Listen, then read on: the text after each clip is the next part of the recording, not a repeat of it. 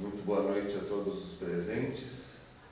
Estamos mais uma vez no Espaço Encantado Alquimias da Bruxinha para falar mais um dos assuntos que a gente desenvolve e atende aqui no Alquimias da Bruxinha, que, como todo mundo já sabe, é a sede onde a gente ministra os cursos do Instituto Ubiratã.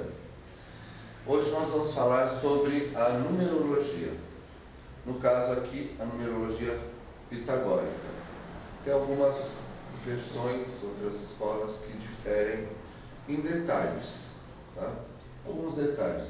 Então, só para ficar claro, esta é a numerologia pitagórica. O que é numerologia, então? É a ciência que estuda e interpreta as influências das vibrações numéricas na vida humana. Essa é a definição do Roberto Numerolo, que é um dos fundadores da Abram. Numerologia, o objetivo dela é revelar as influências dos números na vida humana e orientar a utilização adequada dessas influências, ou seja, através do seu mapa numerológico, você descobre quais são os números principais, como se fosse, se pudéssemos falar, assim como tem um mapa astrológico, ou mapa astral, como o pessoal fala, para ver as influências planetárias que regem a sua vida, assim também nós temos o mapa numerológico natal, que ele nos mostra as influências numéricas que regem a sua vida, tá? E esse mapa é uma coisa assim muito legal, na medida em que ele não depende assim, de poderes psíquicos, é cálculo. Você calcula e interpreta, tá? Então ela é mais, de um lado ela é mais fácil, mas de outro lado você tem que calcular e interpretar muito bem. Não dá para ir muito pela intuição, tá? Primeiro, estamos falando em numerologia pitagórica, então vamos para minimamente de quem foi Pitágoras. Importante matemático e filósofo grego. Nasceu no ano de 570 a.C., na ilha de Samos, região da Ásia Menor.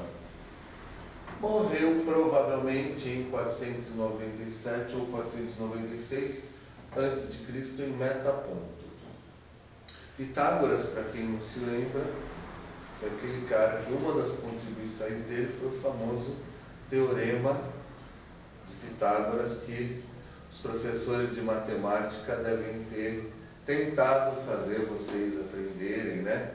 Que fala que o valor do quadrado da hipotenusa é igual à soma dos quadrados dos catetos, né? Isso serve para cálculo de área, para pegar um quadrado ou um retângulo e calcular a área dividindo ao meio. É muito interessante. E além das contribuições também na área da matemática, Pitágoras foi um filósofo espetacular e foi um dos primeiros a trabalhar com hipóteses espiritualistas, né? Como reencarnação, esse tipo de coisa. Na Grécia ainda não tinha, na época dele não tinha muitos que falavam sobre esses temas. Comentam alguns historiadores que, inclusive, ele se lembrava de vidas passadas dele. Atribui-se também a Pitágoras, comenta-se, né? Isso não é história científica, mas as pessoas da época falavam que ele fazia umas coisas meio prodigiosas assim. Além disso tudo, ele fundou uma escola de filosofia, não só de filosofia, né? Era filosofia, mas era muito mais, onde ele buscava o aprimoramento máximo do ser humano. meio parecido assim com o que nós, na nossa modesta proporção, a gente fala, né, que nosso objetivo é auxiliar os seres humanos a descobrir e expressar seu potencial divino nesse mundo.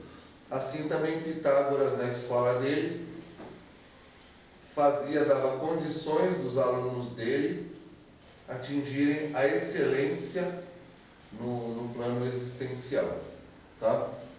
Inclusive, falando em termos da morte dele, justamente por ser muito correto, muito verdadeiro e muito honesto, Pitágoras não aceitava alunos, vamos dizer assim, de caráter duvidoso. E um dos alunos de caráter duvidoso que Pitágoras recusou na escola dele tinha uma influência política muito grande, era filho de político, né, que nem hoje em dia, e começou então uma perseguição política. A escola, né, de Pitágoras, ela chegou a ser incendiada, se não me falha a memória, morreu um monte de gente, e no fim ele acabou morrendo, segundo alguns de fome, segundo outros de desgosto, se encheu a paciência, né, de ensinar e morreu, basicamente. Tivesse do terreno? Não. Que tomou Sócrates, puta foi Sócrates, tá? Mas rolou uma perseguição também, só para constar.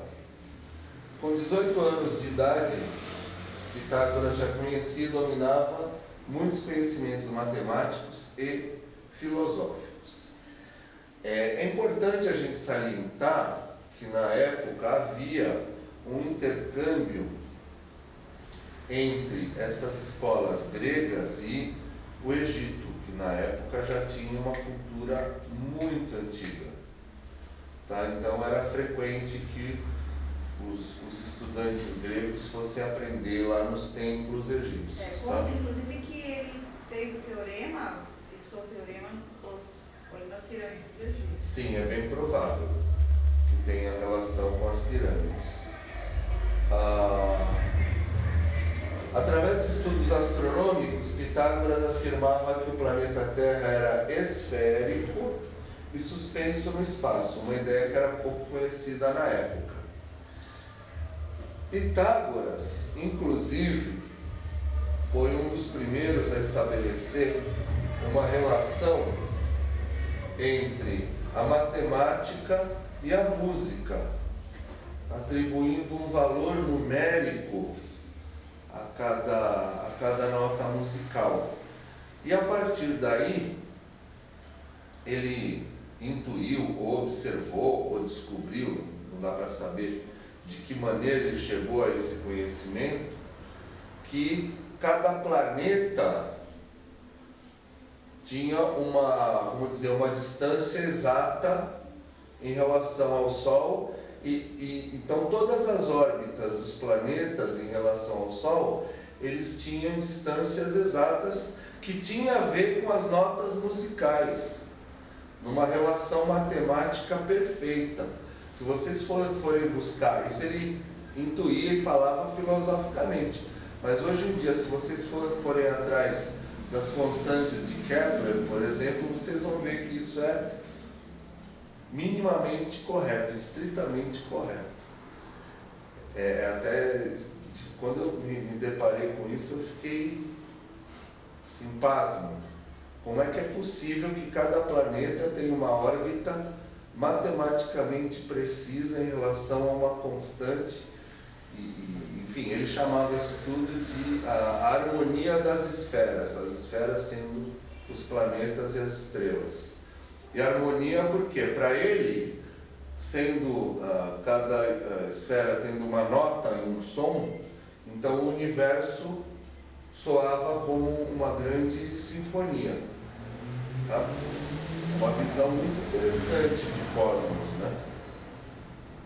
E que na época não era muito conhecida. Olha lá, encontrou uma certa ordem no universo, observando que as estrelas eram eram sóis, né? E a Terra girava em torno do Sol. Tá? É mais ou menos aquilo que eu estava falando. Frases, algumas frases de Pitágoras. Não é livre quem não consegue ter domínio sobre si. Boa. Todas as coisas são números, ou podem ser descritas através de números. Não vamos nos esquecer do famoso número Φ. Quem lembra? Quem lembra? Nada?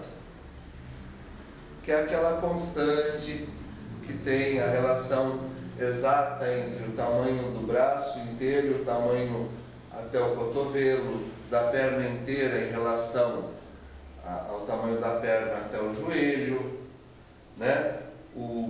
Na natureza também, o número que tem a diferença entre as voltas, cada volta do caracol, não, é aqui mesmo, cada volta do caracol, o número Φ dá exatamente a diferença de uma para outra. É a divina proporção. A divina proporção Se fizer um do raio, Leonardo da Vinci. Então, é só concluir. Né? Então, esse número Φ, né, ele dá uma ideia dessas proporções numéricas que estão presentes na natureza. E que dá um sentido do quê? De ordem e de propósito. Ou seja, de que o Criador não faz nada aleatoriamente. Que ele sabe muito bem o que está fazendo, que é tudo medido, pesado e calculado. se fizer uma circunferência em volta da base quadrada da pirâmide de Kelvin e dividir em meio, vai dar essa constante. Não deve ser por acaso, né? Aquele que fala, semeia. Aquele que escuta, recolhe. Outra frase de Pitágoras. Esta aqui é muito boa. Com ordem e com o tempo encontra-se o segredo de fazer tudo e fazer tudo bem. Educai as crianças e não será preciso punir os homens. Está em pauta, hein? A melhor maneira que o homem dispõe para se aperfeiçoar é aproximar-se de Deus. Lembrando que o conceito de Deus, do ano 590 antes de Cristo, não era exatamente o conceito de Deus que a sociedade atual aqui no Brasil adota, né? Essa aqui é uma das minhas preferidas, ó.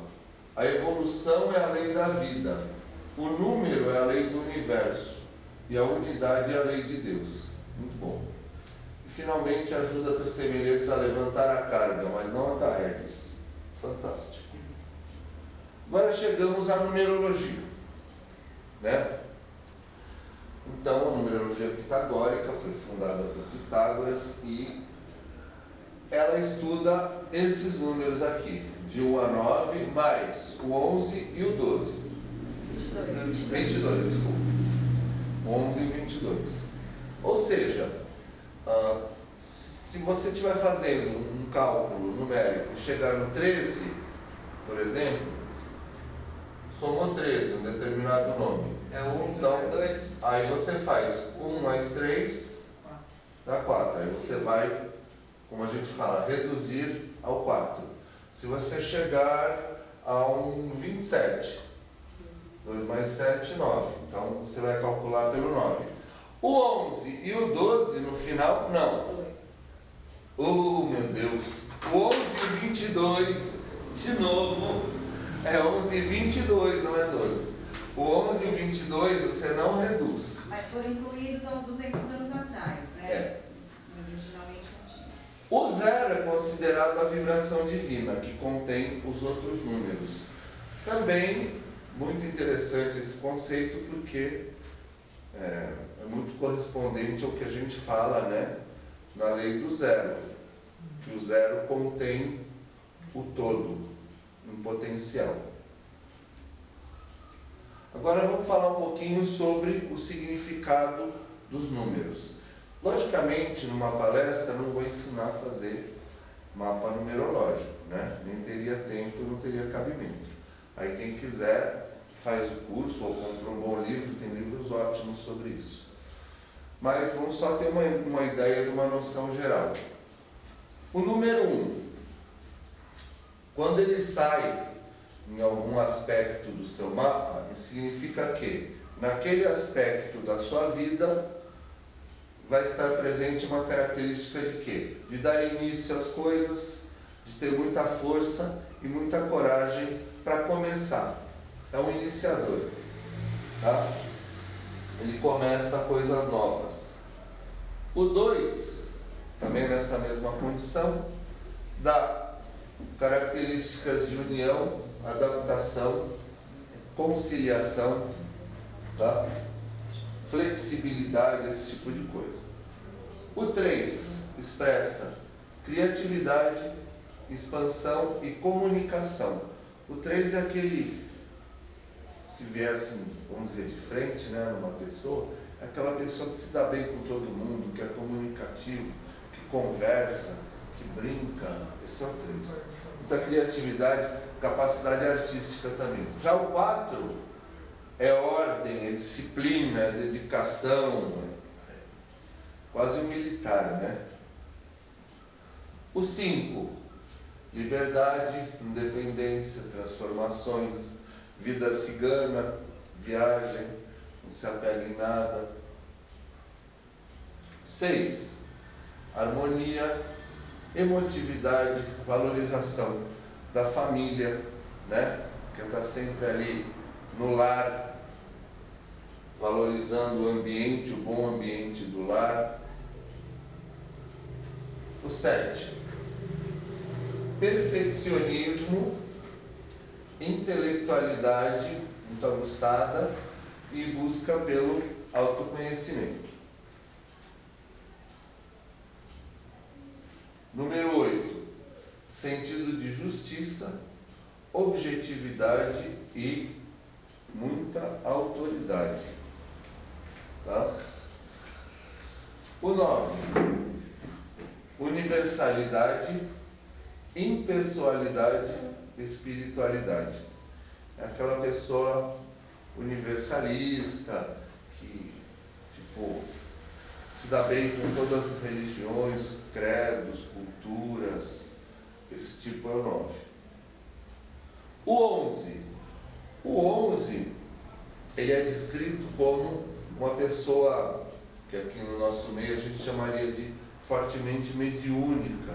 É um reciclador de energias, tem muita intuição, muita sensibilidade e inspiração, porque eu falei, é muito psíquico, é muito mediúnico. Então tem sempre alguém que dá dica para essa pessoa que tem um 11, né? Tem sempre alguém que dá um recado ali. E o 22, também o 11 e o 22 são chamados números mestres, né? Porque eles não se reduzem. E o 22, como número mestre, ele traz uma sabedoria que já nasce com a pessoa, muita capacidade para magia e muito vigor, muita força para realizar as coisas, tá? Esses são os números estudados na numerologia pitagórica. Para calcular o mapa numerológico natal de uma pessoa, você precisa do nome original da certidão de nascimento. Nome original por quê? Não entra, por exemplo, Luiz Inácio Lula da Silva. Não entra o Lula. Foi acrescentado depois. Não interessa. Se fôssemos calcular, seria sem o Lula. Tem outros nomes aí de pessoas que agora não me recordo, que incluíram nomes depois. Ou quando casa, né? Por exemplo, se a Emily da Silva casa com o fulano de Camargo. Então, quando eu for calcular, não vai ser Emily da Silva Camargo. Vai ser só Emily da Silva, o nome que ela foi batizada, o nome de batismo. E a data de nascimento, não tem mistério nenhum. Tá? Agora vamos ver algumas coisas que dá para a gente saber através do nome e da data de nascimento. Isso aí é o basicão, tá? Eu só vou falar o basicão hoje porque é só uma palestra. Tá? Esse aqui é a forma de leitura da Associação Brasileira de Numerologia. Tem outras escolas que, como eu já falei, tem leves variantes na interpretação. Não muda muito o sistema, são só variações assim interpretativas, né, de leve. Então, pelo nome, você tem 3 fatores. Primeiramente, ali descrito como motivação. É o quê? É o que a pessoa é de verdade lá nas profundezas do seu ser. Lá no fundo. A gente sempre costuma dizer, quando vai interpretar um mapa, na hora de explicar para a pessoa, muitas vezes sai um número e a pessoa fala: nossa, eu não sou nada disso. Ela nem sabe, porque não tem um autoconhecimento, né? Está mais entretida ali, ó, no celular, do que para olhando dentro de si mesmo. Então, a pessoa não sabe que tem essa capacidade. Por exemplo, se no primeiro fator, motivação, sai um 3, fala, puxa, mas lá no fundo você tem uma criatividade imensa.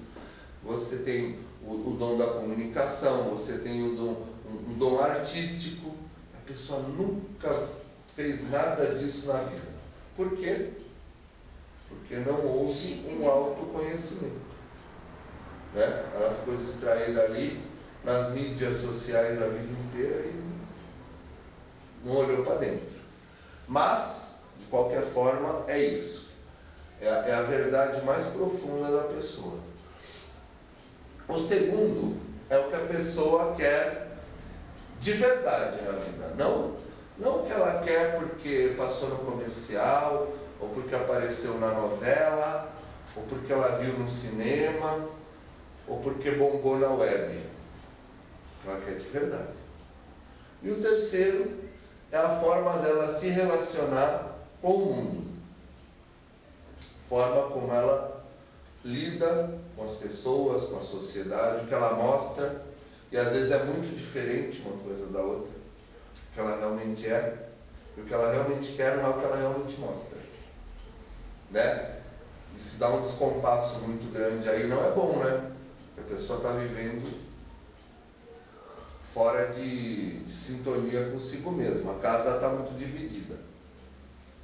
Tá? Pelo nascimento, dá para saber o caminho do destino, que é o quê? O que a pessoa nasceu para fazer, para realizar.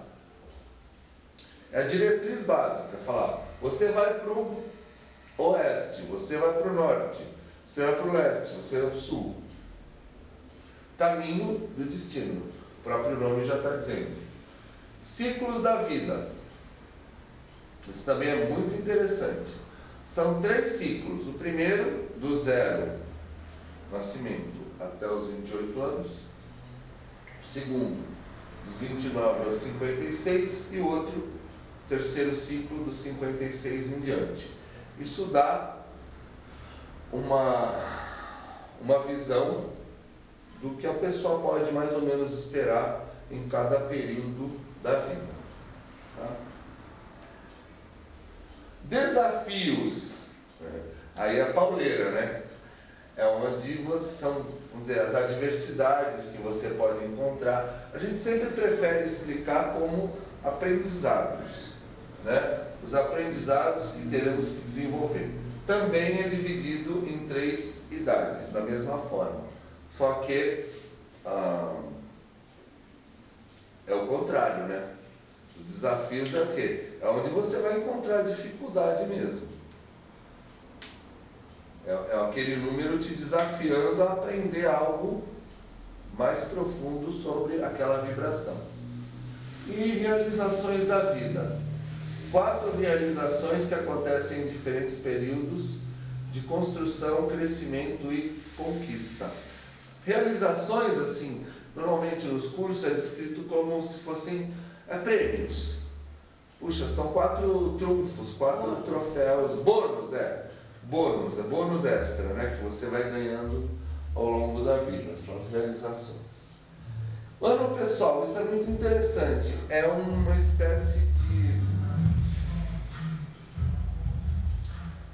espécie de oráculo ou prognóstico para aquele ano, e é calculado a partir do dia do seu aniversário.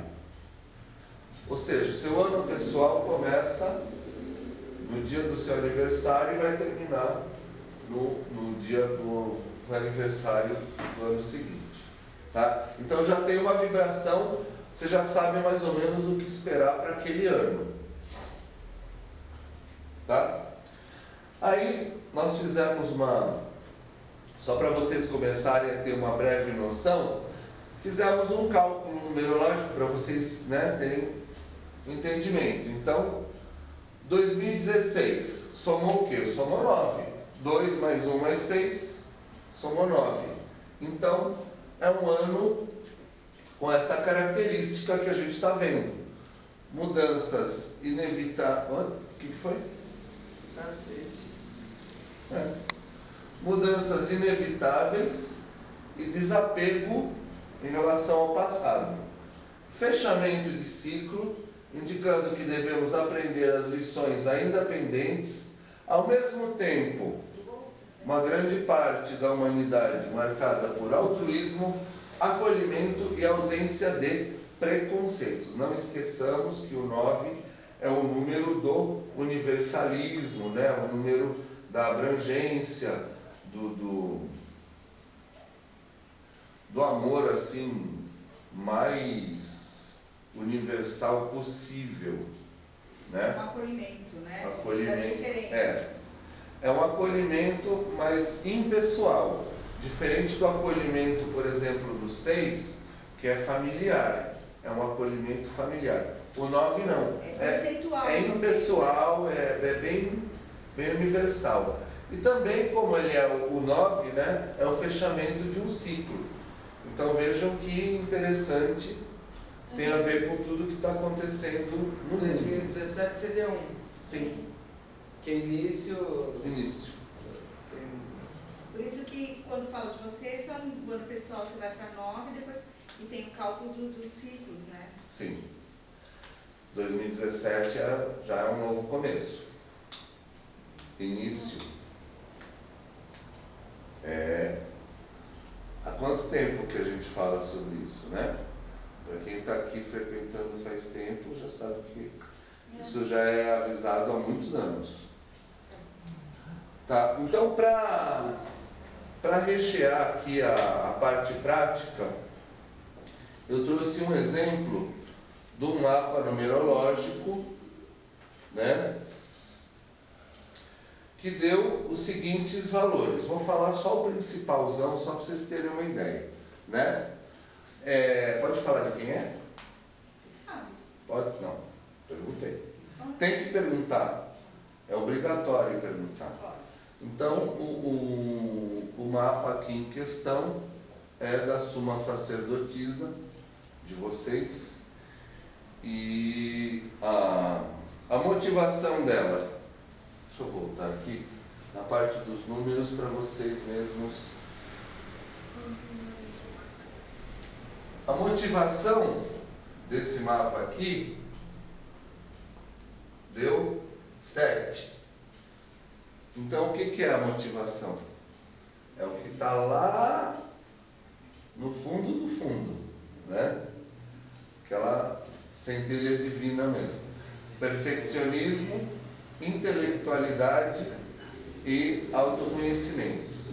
O 7 também, numa visão bem abrangente, no ponto de vista da numerologia bem antiga, ele pode ser visto na equação 3 mais 4 igual a 7. Ou seja, o 3, o triângulo simbolizando o sagrado, e o 4 simbolizando o mundo material, os 4 elementos e tal. Então o 7, ele nos traz essa tendência de equilibrar as coisas sagradas com as coisas do mundo material.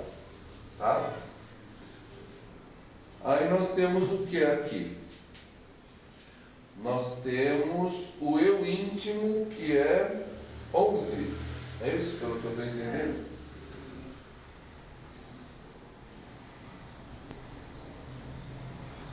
O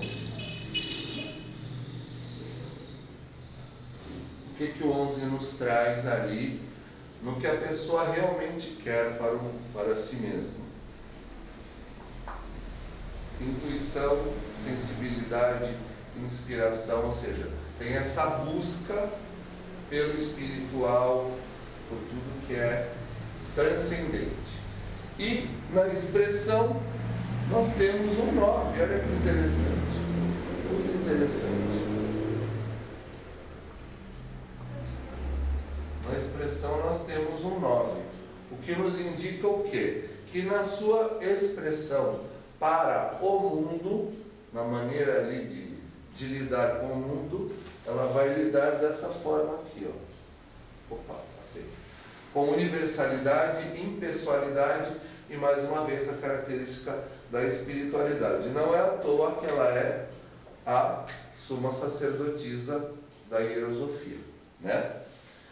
E temos mais uma coisa interessante aqui, né? O caminho do destino.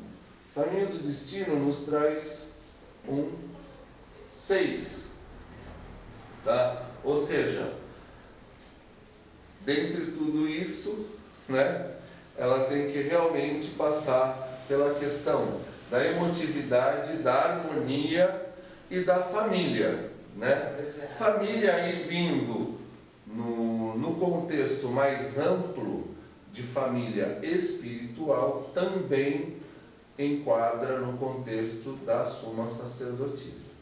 Então está bem... O ano pessoal é 6 também. O ano pessoal? É 6. Para esse ano, né? Esse ano. Ótimo. Março, Ótimo. Tá? Aí nós temos, se vocês ainda tiverem paciência para ouvir, nós temos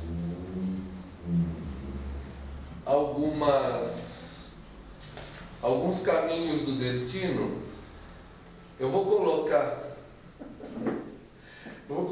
aqui, ó, pela data. Vamos ver se vocês adivinham.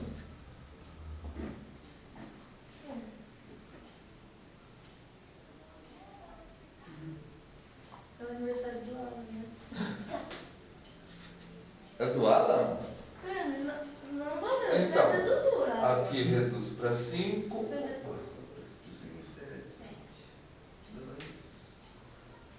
8. Né? Igual o meu ano. Não, opa, fiz bobagem. Eu somei direto e somei 2 vezes. 7 mais 8, 15.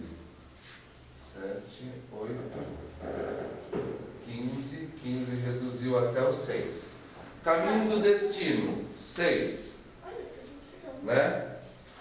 E o que traz esse caminho do destino 6? Mais uma vez, harmonia, emotividade, família. Né? Quem conhece o Alain Henrique não precisava nem do caminho do destino. Aliás, a gente escolheu o Alan com 2 L's para Sim. dar 6, né? Sim. Mas a data de nascimento não. Mas vocês já tinham feito antes de... O nome dele. Não, Claro. a data de nascimento não foi. Data de nascimento não dá para escolher, assim, a não ser que você faça a tal cesárea programada, que eu acho um crime. Particularmente, para os meus filhos eu não quis. 11 no 12.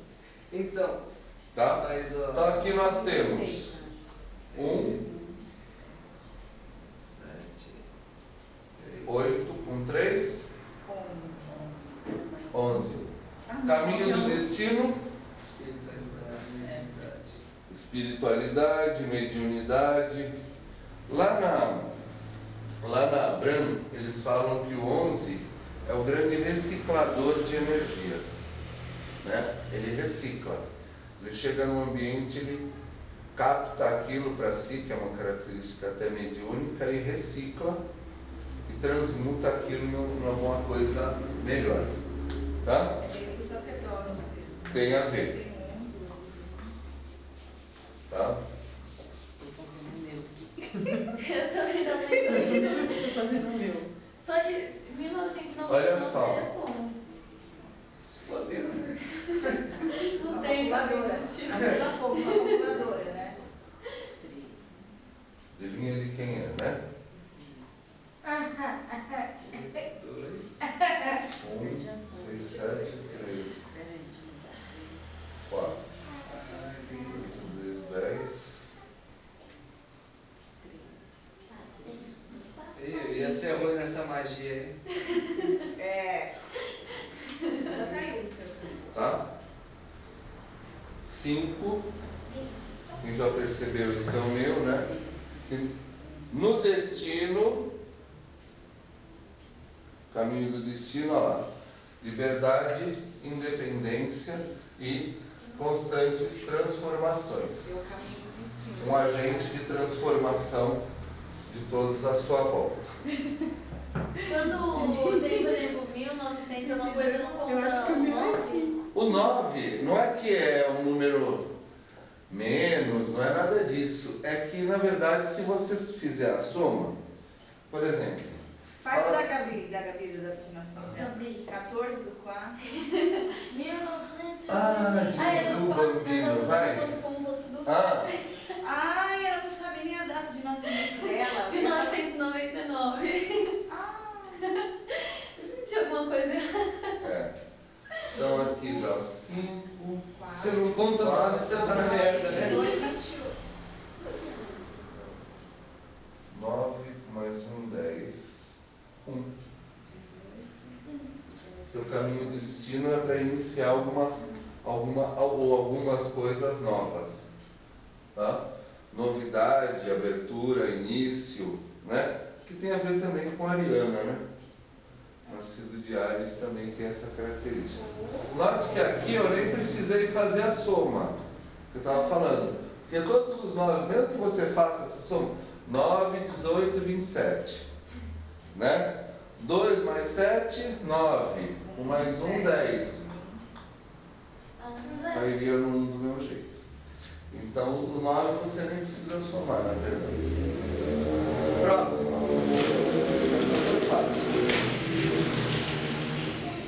Olha, eu acho assim, eu acho que a numerologia entre os oráculos, a maioria dos oráculos que a gente conhece, ela é um oráculo bastante preciso, é tranquilo de fazer. A pessoa assim, tem muita gente que fala, puxa, mas eu não tenho dom, eu não tenho clarividência, eu não adivinho nada, não sei o quê. Tem outras pessoas que têm clarividência, clareaudiência, empatia, né, tudo, sonhos proféticos.